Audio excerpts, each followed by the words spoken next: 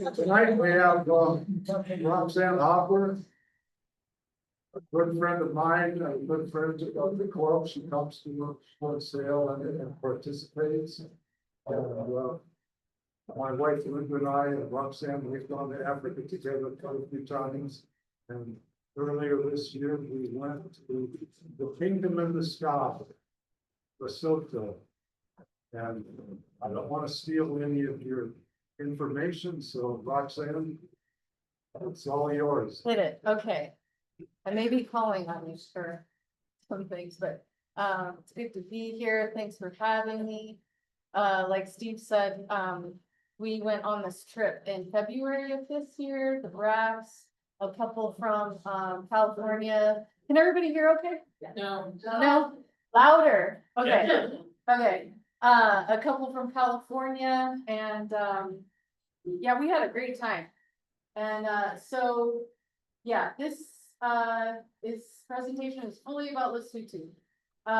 That's how they pronounce it there, Lesotho. We say Lesotho because that's what it looks like, but Lesotho is the country, the people are Basotho, and the language is Sesotho. So And it used to be called Basotho land. and it used to be called Basotho, yeah. So just to give you a heads up of where the presentation is going, I'm just gonna give you a brief little, very brief, information about the country and then detail a couple of really special hikes that we went on and then share some of my favorite plant observations that we had. Lesotho is landlocked by South Africa, you probably know that. These are the 9 states of South Africa in orange and yellow, and then Lesotho there on the side in green. Swaziland is now Eswatini. Yes, that's right. Eswatini. Oh. If I get over here, okay, I'm not in this, okay. No, you can be where you were, just speak forward. Yes, gotcha. I do have to glance real quick. So a little bit about the history. This is so brief and basic, like there's so much not on this list. I just want to give that as a prep. But the area was inhabited by the Khoisan people for like ever, hundreds of 200,000. 200,000 years, something like that. And then around 2,000 years ago or so, the Bantu people, the Basotho people moved in, bringing livestock, bringing tools and things like this.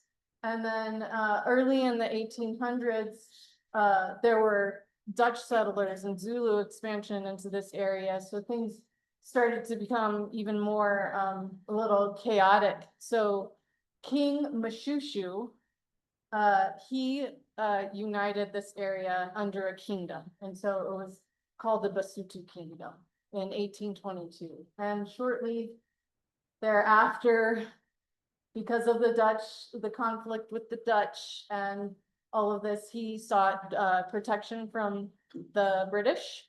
And so Basotho land became a British protectorate in 1868.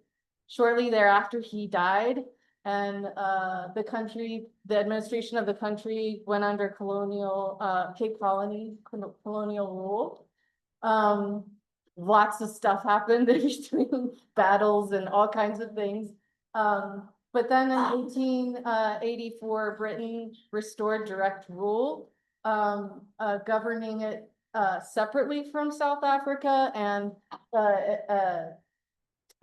assigned a governor, a commissioner in the capital. But the chieftains, this is very much a like chief-oriented community.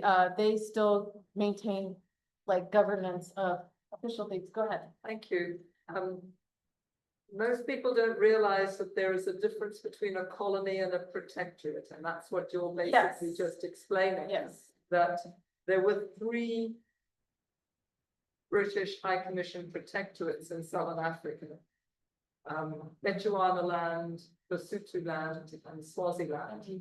And they all maintained their kings and chiefs so on. So the British in a protectorate, they ruled through the native people rather than imposing. So it essentially like it wasn't colonized in the way that South Africa is colonized and exists because of that colonization today. The culture is very much intact is what like the main point I'm trying to get across. And that's because they were able to continue to rule themselves. This all came with a lot of conflict and battles. Read about it, it's very interesting. So, and then independence, they were granted independence in 1966. Since then, there have been all sorts of instability politically with coups and military protests and all of this. But currently it is a constitutional monarchy and a functioning democracy, where the king is serving in a sort of ceremonial role, but the government is elected.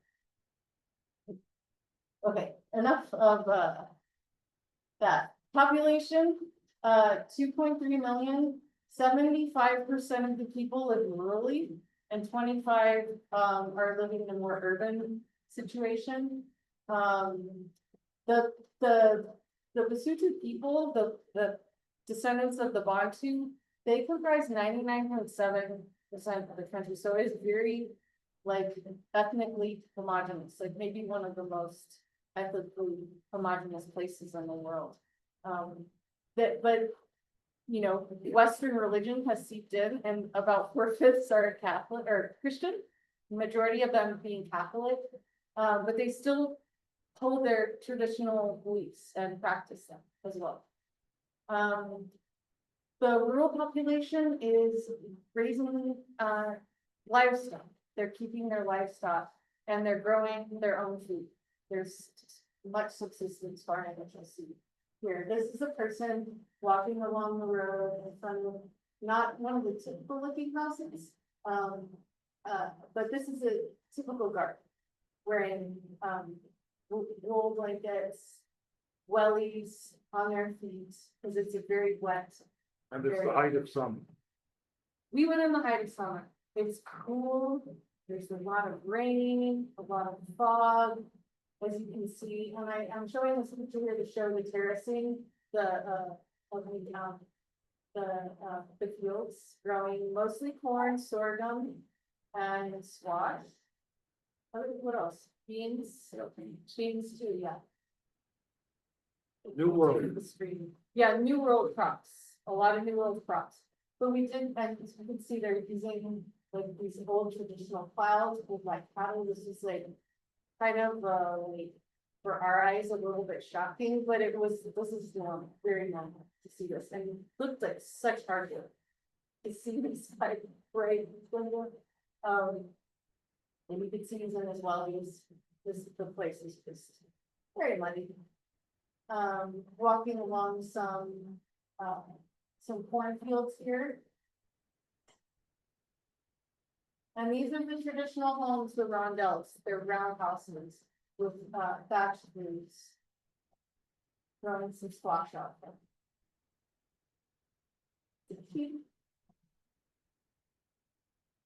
More cheap. This is going down Sonny Pass. It was a pretty treacherous road, and these little guys were just like finding their way through the fog. It was really quite a sight. Another person on the road with their cattle. This is like a very typical sight. And the other thing I want to mention is there aren't any fences. So grazing is a problem, but it's just like very interesting to be in a place where there aren't fences. You just couldn't hike, you know, anywhere. This is a guy that we walked past who was tending his cattle, and he just was loving on this little calf, and he was really happy to pose for us. And he was like really hamming it up, and people are happy to pose, and it feels like, you know, not appropriate to not like give them some offering of money or something, so we would do that and we would take a picture to make sure that compensate them for that. It's pretty standard for not to laugh. Yeah. Our fearless leader, you probably know this man, he's come to speak here, right, not a kiddie. This is Carl, hanging out with some, these are Angora goats. Angora goats, we've been having kind of breed those. And with their shepherd there. Lots of people selling food along the road. We bought some beaches from these ladies and the accidents. You can just see the landscape. It's just like mountains, mountains, mountains. So the geography is like dominated by mountains. The Orange River flows through. There's water everywhere, waterfalls. You just see so many waterfalls. It's really a lovely place. And in the east, we have the Drakensberg,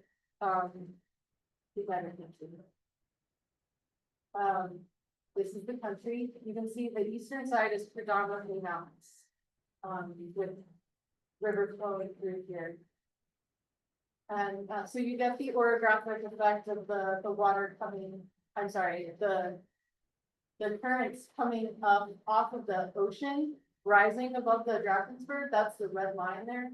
So when that air rises, we have pools, forms clouds and precipitation. So a lot of that precipitation comes down on the eastern side.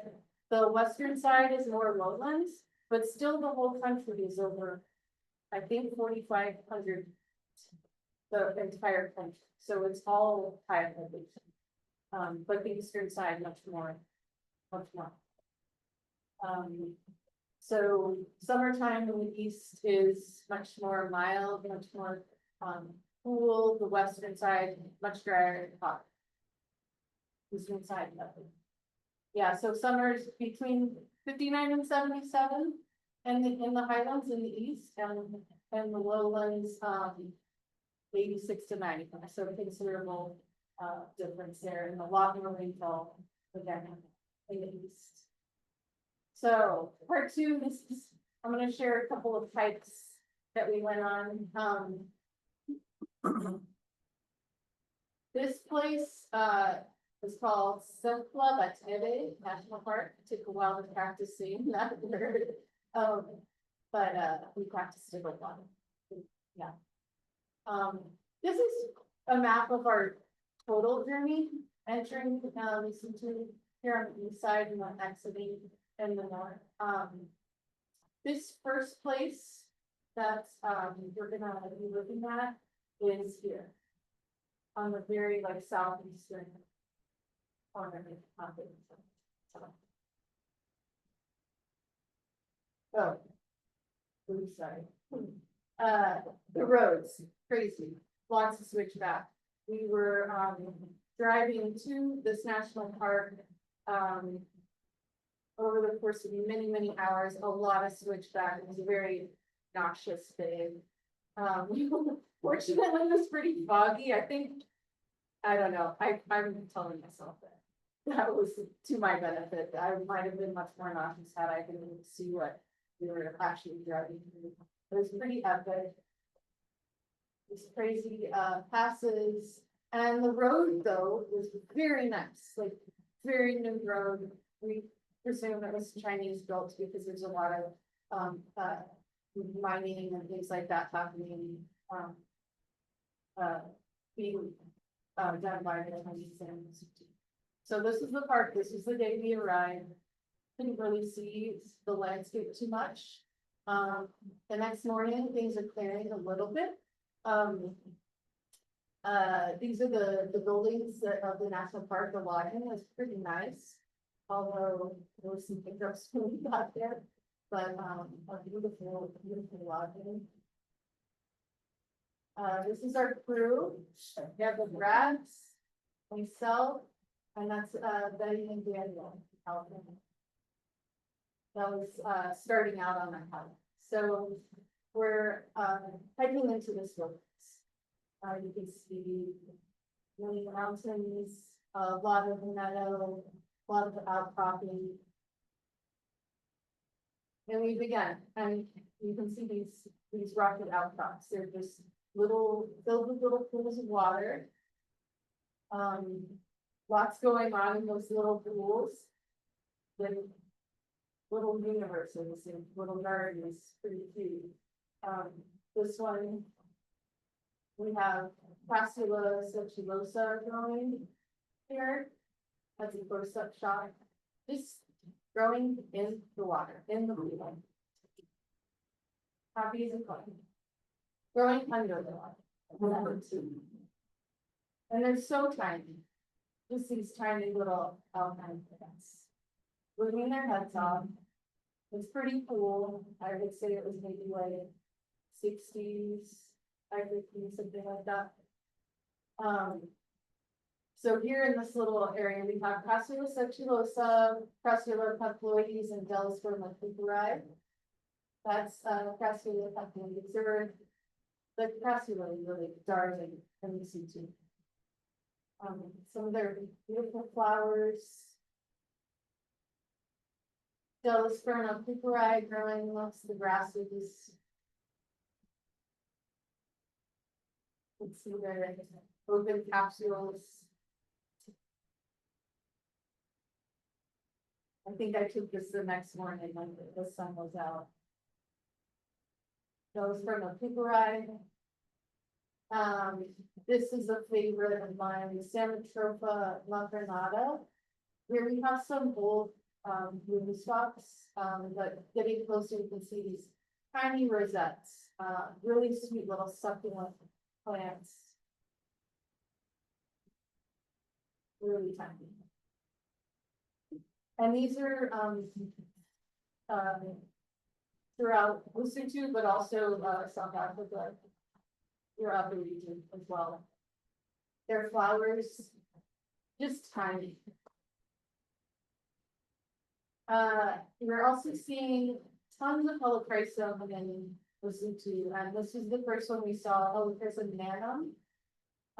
That is the yellow flower plant along the bottom here, in the middle of this image. Just a sweet little cushion plant.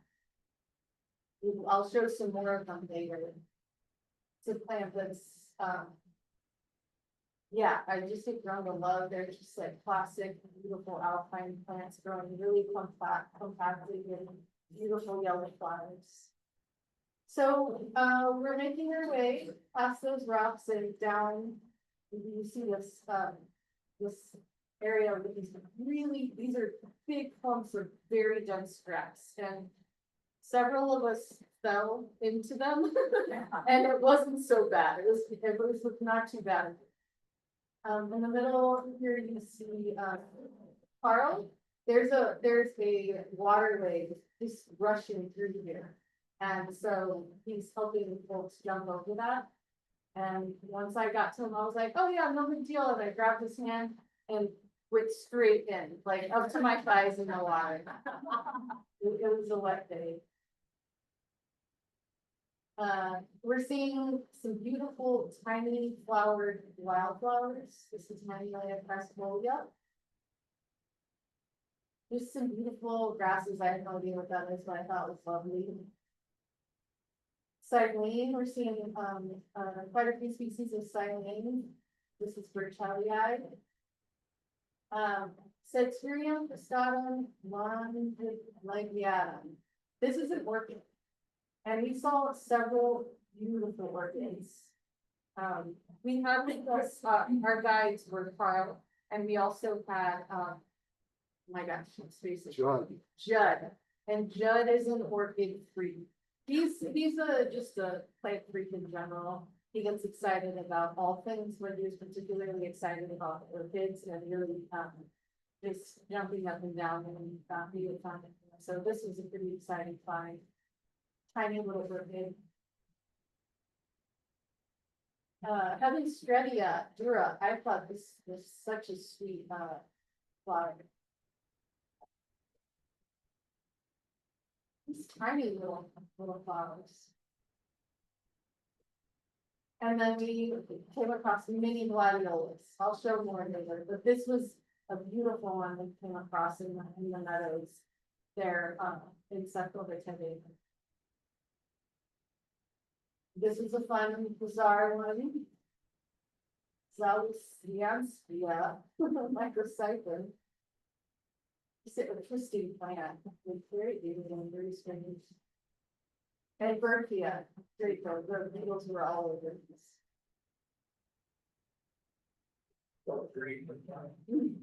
Yeah, we're having some, I don't know what it was, nectar or pollen.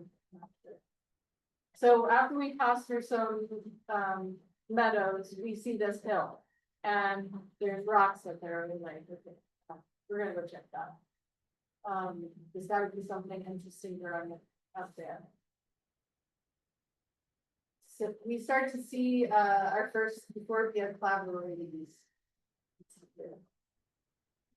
And this is 8,000 feet, okay? 8,000 feet, and it's very cool, and it's very wet. As I said. Lots of snow in the winter. And lots of snow in the winter, yeah. I'm gonna show you a bunch now, before we get up. Just everywhere, like, you could barely walk without stepping on.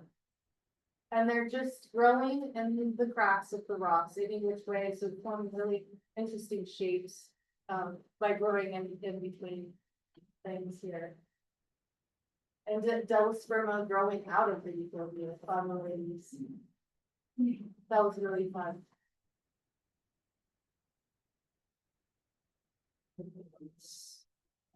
It was just amazing. Okay, this is a little video. Just to give you an idea. Hopefully I don't have to read it.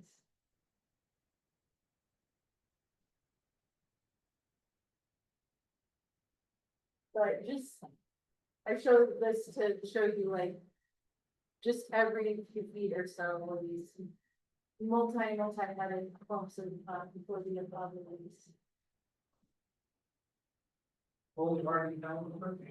Yes, I would think so. I've had it for 5 years. Ah, there you go. Yeah, It's in Steve's garden.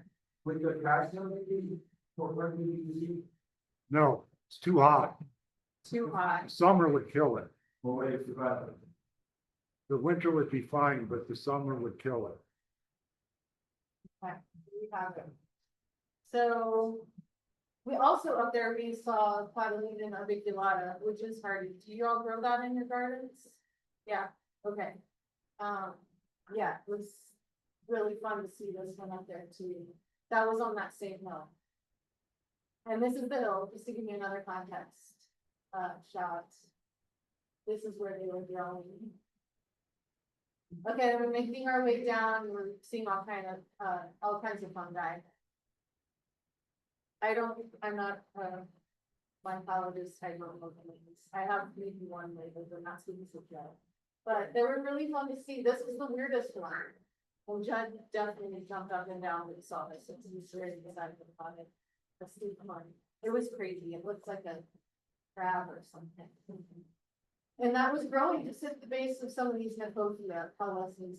And those big, very big, clumping grasses were, are just everywhere here, and then the Nephophia are growing up and around it, so it's kind of difficult to maneuver through.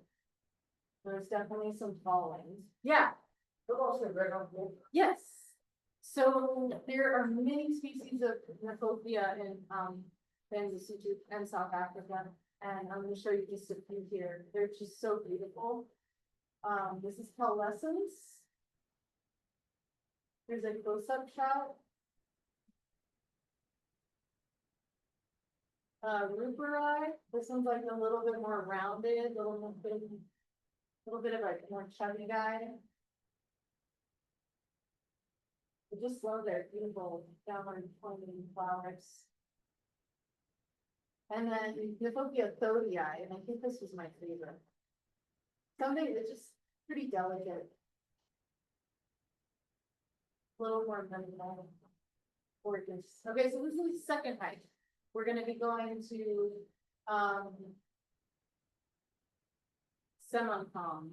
So we stayed at this place called Semonpong Lodge. I wonder if I have the map here.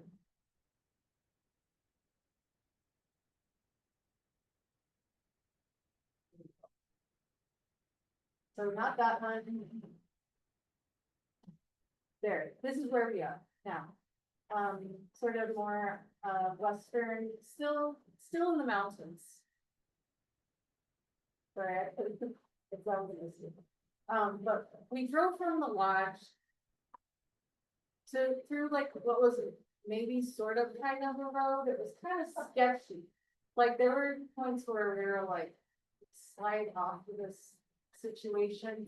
It was kind of sketchy. And then we're driving on like clearly not a road for a while, just through some grassy area. And this is where we stopped to begin our journey. We're gonna go to a very special plant. And so we're starting here, we're gonna hike up in here to the backside of this one.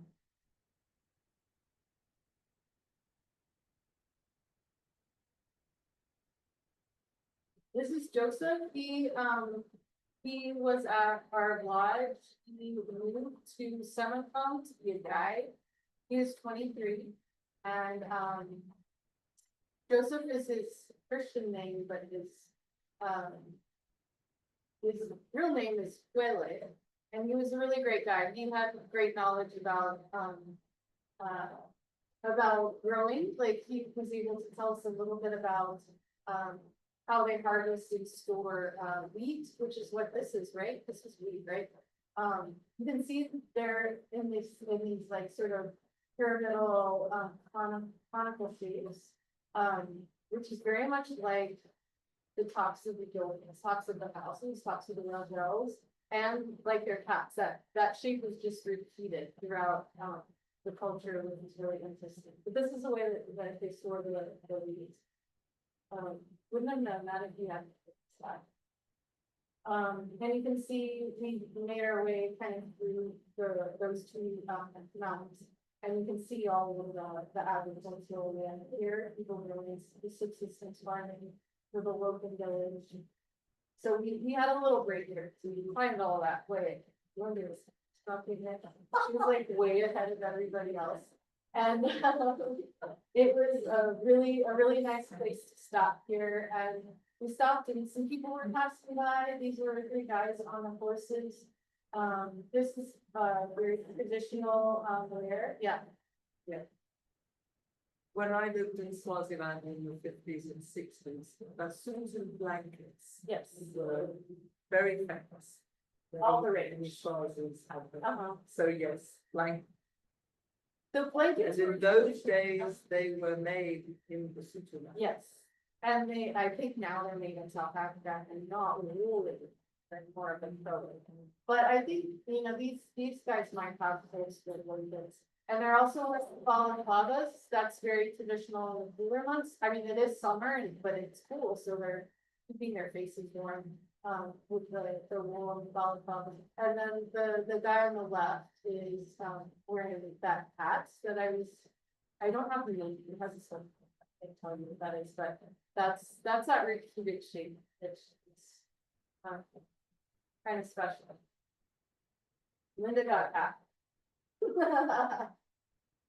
And these were 2 women who were really happy to stop and chat with us, and they were wearing just their vest. It's so great. I was really happy to stop their picture.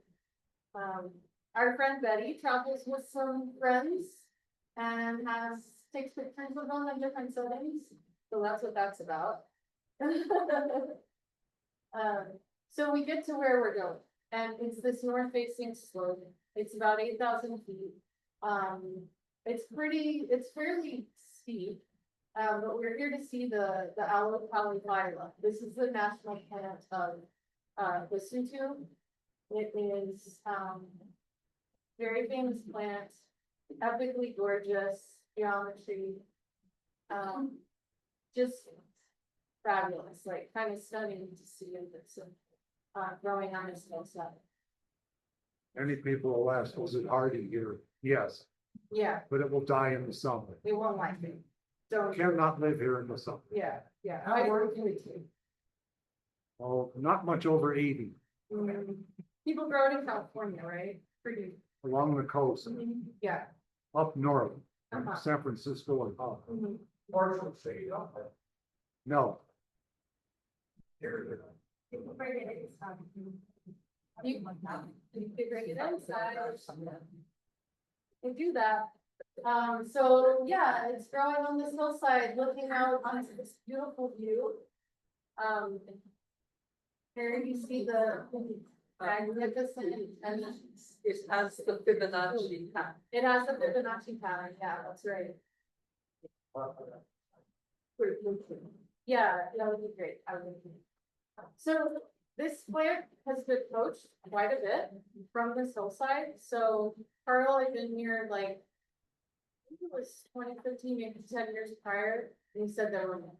So it's been poached, people poach them to put them in their gardens, like, not thinking that much is wrong with that. just the mountains, just Yeah, these higher elevations. yeah, Okay, but over the current life, No, not wide. I think it's a small region. okay. So their numbers are less, but, yeah, just beautiful, up close and further away, and just a gorgeous, gorgeous plant. Are they sharp? Yes. Yeah, Very they are. sharp. It would probably hurt to lay them on. But you see them dotted there on the landscape. Leftover flower stems. With lots of the flowers, and some babies coming too. That was really fun, yes. for me, an apple, you know, I'm fighting about one. They're not what, I'm sorry. Well, I said for being an apple, sorry, it was trying to get very points. That's the question. Yeah. Well, so I was not. One of the ones that they lie. Totally, and yeah, there's so much moisture here, and they're just happy as plants. And there's, Compared to rocks, not pretty much soil. that's true, that's true. Oops. I wanted to show, this is somebody's, next to somebody's house, so these plants were planted, probably poached. We're also on that same hillside seeing the Lochia caulescens. And also Euphorbia collaborates is growing there too. And we make our way down and cross over that river again, and I just thought this was kind of lovely. Yeah. It's definitely like for horse people, this is the place, like they have festivals of course, so they love their horses, yes. This one was shallow. I'm sorry, This one was shallow. I didn't put you on, I sorry. said this was one dollar. That's not. Yeah, this was, I did not fall in it. I did not fall in it. That's not a river. Some donkeys. And after our 7-pound hike, we came down and we then went to, Yanni Falls. This place, is the tallest waterfall there, and Lesotho. It's 620 feet high, pretty high. And all of these, cliffs here, this is evidence of the, is it bearded vulture? Some vulture. Do you guys? Right. But the lammergeier, What's that? was it the lammergeier, the one that drops the bones? Yeah. Yes. The lammergeier. Okay, yeah. So they were just soaring, and you could see them land and then soar in front of these close together. It was really beautiful. They're big. They're big. That's all of there, the white hair that's there. That's evidence. Okay, so then to the last part of the talk, I just want to share some of my favorite plant observations. Some of those succulents that were highlights. We saw, this was a roadkill, just like stopped on the side of the road to get out to see what. You probably heard that term before, but if you haven't, that's what Carl calls, when you stop the car and you just get out and walk and see what you can see, that's roadkill. I taught it. Huh? I taught him that. Oh. Steve's the originator. So this is chestnut growing, it was a really moist day again. You know, I was like, oh, we're gonna have some rain, that's not vacation. It was so pleasant, I have to tell you. It was beautiful. Here's one growing in the water, And they're hardy here. and they're hardy here, yeah. You grow them. What do you say? They're hardy all year. We have Delosperma, we think it's Sassatosa, this white flowering Delosperma. Another. Obtusum, the texture on this one is really lovely. It's not in cultivation. There you go. Maybe someday. Delosperma nudigina, they're just growing out of the cracks, like draping over the sides of these rocks.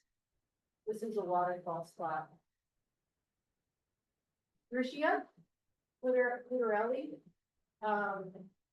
I can imagine this is hardy here, but does it even know that? No, this isn't a cultivation really. Crassula nudicalis. All the cute crassulas in company. Crassula dependens.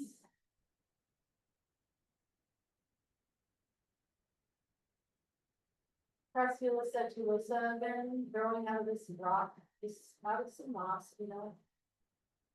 This thing. That's how small the rosettes are. Setulosa.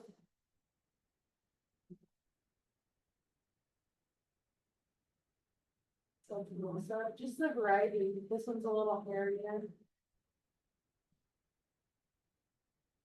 And then a couple more Gordia varieties.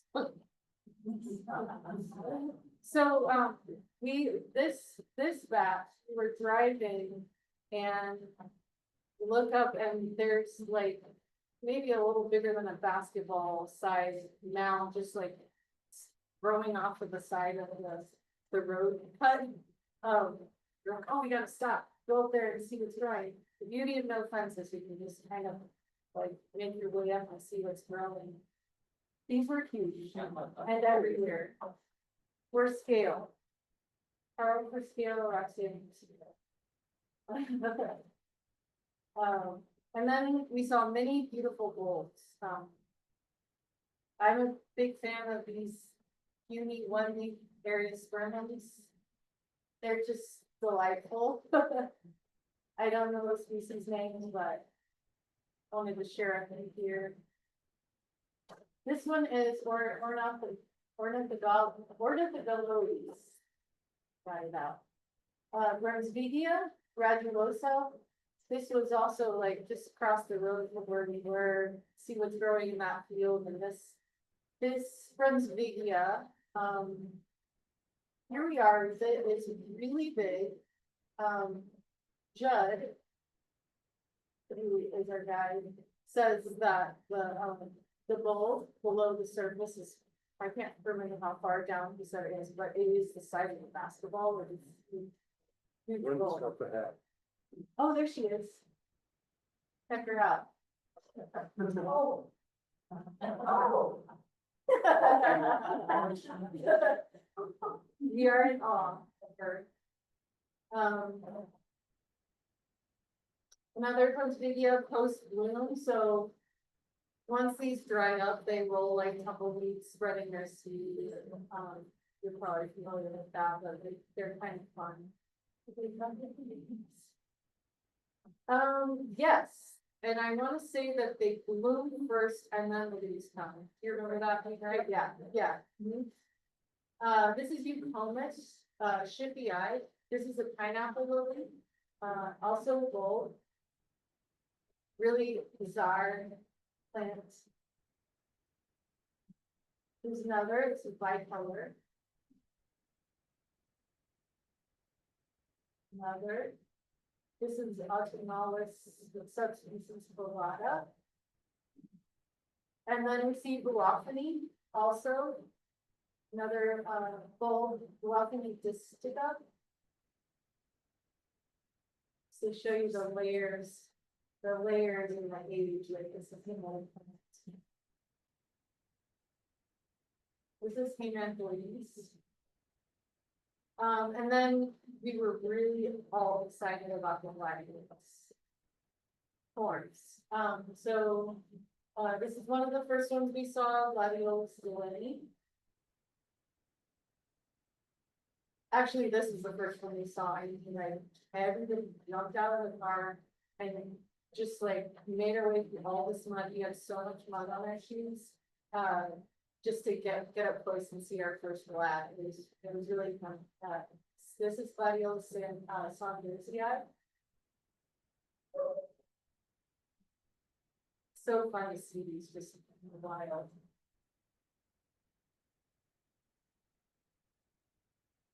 And they were everywhere. And this is my favorite one. This is gladiolus Flora. There's a close up. Did I do it? I did that. I just wanted to show the, I wanted to show the lavender on this, because it's just extraordinary. The color on this plant is epic. And this is where it is grown. We like almost missed it. I think Judd had seen it out of the corner of his eye before we were turning. These roads are very curvy, switch back. We had to turn around and come back and see this flat. It's just so. And had we been like maybe a day before, we wouldn't have seen it. The flowers would be looking yet. It had a couple days left of the flower. Just the first flowers were opening. Oh, sorry, it's just I wasn't trying to do that. This gladiolus crassifolius. This one was grown in some fields, and we were hiking through. I want to say this was like maybe toward the end of our trip. Might have even been in South Africa when we came back out into South Africa. The scent on this gladiolus was so fragrant, so beautiful. Like beautiful plant. And then the helichrysum, I wanted to show a little bit more. You can see how compact they are. These little tight, compacted plants. It's not again. Marginatum. This one was grown in at Sani Pass, which is the highest point. It's like 10,000, maybe 10,500 feet, something like that. Cold. Very cold. Like most of the time we were here, it was overcast and foggy. Just a little above freezing today. Yeah, it was, when we first pulled into Sani Pass, or not through the pass, but like before we get to the pass, it looked like it could snow. Like it may have snowed, like it was about to snow or something. It was so moody. And that's nearby was Delaware of New Regina. Yes. Maybe Kimo was close by too, so very high elevation. Here's the flower. Just a classic alpine plant. I love the white edges on this one. This was another one. This one was actually in Central Bertelli. I just thought it was a fun guy. Like probably so bold, like just woody and few leaves here and there. Really fun.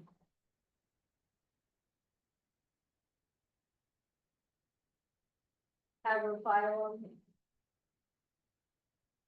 Oh, sorry. This is at Sani Pass. The other one is not at Sani Pass. Strike that. This is the one that was the most compact plant. Yes. Family goes away. You can't, I don't know. You can't. It's not composites, right? I'm not sure. I'm not sure. Polyphylla? Let us know, Ellie. Okay, so this is Sonic Pass up here.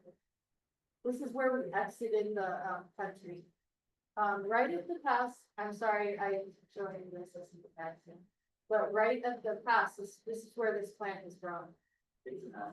In Astor, Astor seed. Really cute. Gorgeous flower. Very papery. Not sweet. And this was us at the highest point. We met some friends, they have to be close with us. Okay, before I end, I just want to say something about Simon Pass. You go to the passport office where you're gonna check out the country. This little building, right at the highest point there, we go to take our passports and we look inside and they're butchering a goat, like right in the office. So just on the table there in the office. I had a saw. He had a hacksaw. So anyhow, thank you for listening. I want to thank nature as always, and thanks to Carl. We had a wonderful trip, thanks to him. As always, I've traveled with him now 3 times, and every time it's a pleasure. I don't want to travel with anybody else in South Africa. It's so great. So highly recommended if you ever want to. Thank you.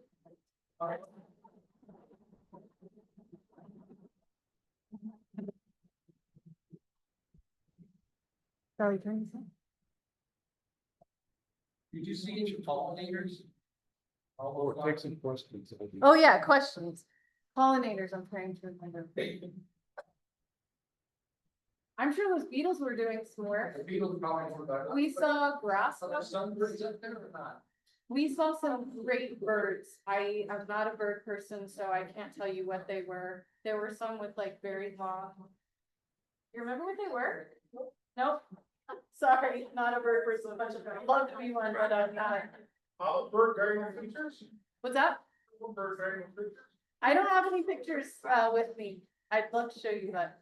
We saw some cool things. And once we crossed into South Africa, the baboons were out. Yes. Yeah, why there's so few trees there, like, it's not that. Yeah, I feel like that was discussed. Might have been used up. They might have been used up. I think I do remember Judd saying that they were, so many were harvested. Yeah. Yep, we did see like fruit trees. There would be fruit trees everywhere, but very little, yeah, very little trees. Yeah, that was kind of surprising. Yeah. Okay. Thank you again.